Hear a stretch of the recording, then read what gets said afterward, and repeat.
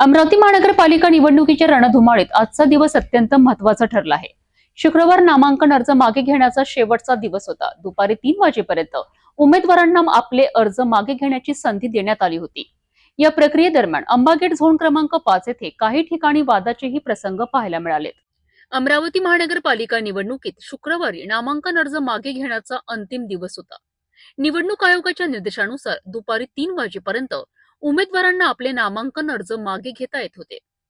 अंबागेट zone क्रमांक 5 येथे निवडणूक निर्णय अधिकारी विवेकानंद काळकर यांनी दुपारी 3 वाजता अधिकृत घोषणा करत अर्ज मागे घेण्याची प्रक्रिया पूर्ण झाल्याचे जाहीर केले।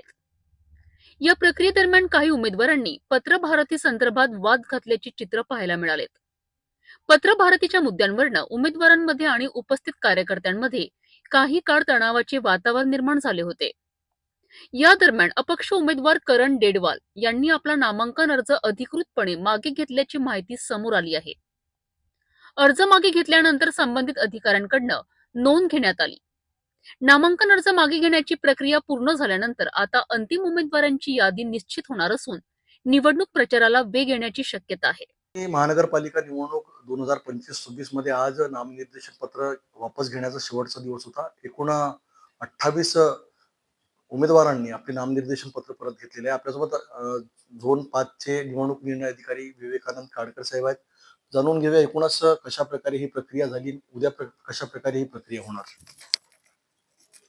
आज आपण या ठिकाणी आज शेवटचा दिवस होता उमेदवारी मागे घेण्याचा आणि आपल्याकडे जवळपास 28 उमेदवारांनी उमेदवारी मागे घेतलेली आहे।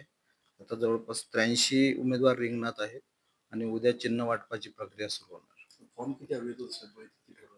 अवैध एकच फॉर्म अवैध होता आपल्या इथं, बाकी आपण सगळे स्टँड होते। यामध्ये आता उद्या काय प्रक्रिया होणार? उद्या निवडणुकीचं चिन्ह वाटप प्रक्रिया होणार आहे। यामध्ये साहेब आदर्श आचारसंहितेचं पालन व्हावं म्हणून काय प्रयत्न? आपले MCC टीम लागलेल्या आहे, फ्लाइंग स्क्वॉड आहेत, व्हिडिओ सर्व्हेलन्स टीम्स लागलेल्या आहेत, इथं एक्सपेंडिचरची टीम पण बसलेली आहे आणि पूर्ण पथक आपले पूर्ण प्रभागामध्ये कंटिन्यू फिरत आहेत आणि नंतर परवानगीचे मनपामधून येऊ राहिले एक खिडकीतून त्याची तपासणी होत आहे। बॅनर्स वगैरे सगळे काढण्यात आलेले आहे। वारंवार लोकांनी जे बॅनर्स पाडले असतील ते पण पुन्हा झाकणं सुरू आहे।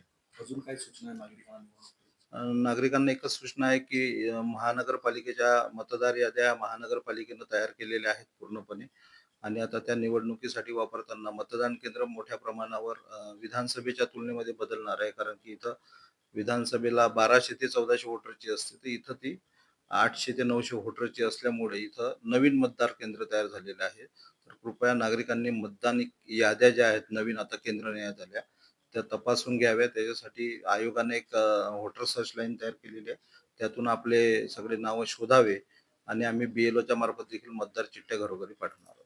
आणि शेवटचा प्रश्न, प्रचारासाठी काय काय परवानगी घेणार?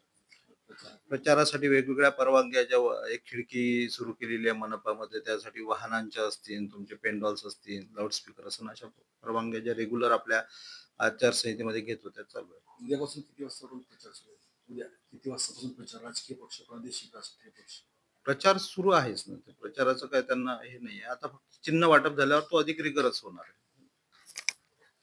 एकूणच आपल्यासोबत झोन 5 चे निवडणूक निर्णय अधिकारी विवेकानंद काळकर साहेब होते। त्यांनी सांगितलं की कशा प्रकारे या निवडणुकीमध्ये उद्या निवडणुकीचं चिन्ह वाटप होणार, आदर्श आचारसंहितेचं पालन करावे आणि नागरिकांना सुद्धा सूचना केल्या आहेत।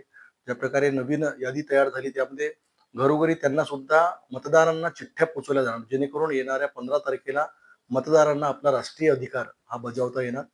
मी कॅमेरा पर्सन जया मेहरा सोबत नितेश किल्लेदार, सिटी न्यूज अमरावती। अशा पद्धतीने अमरावती महानगरपालिका निवडणुकीतील नामांकन अर्ज मागे घेण्याची प्रक्रिया आज पूर्ण झाली आहे। आता अंतिम उमेदवार यादी जाहीर होणार असून निवडणुकीची राजकीय रंगत आणखी वाढणार आहे।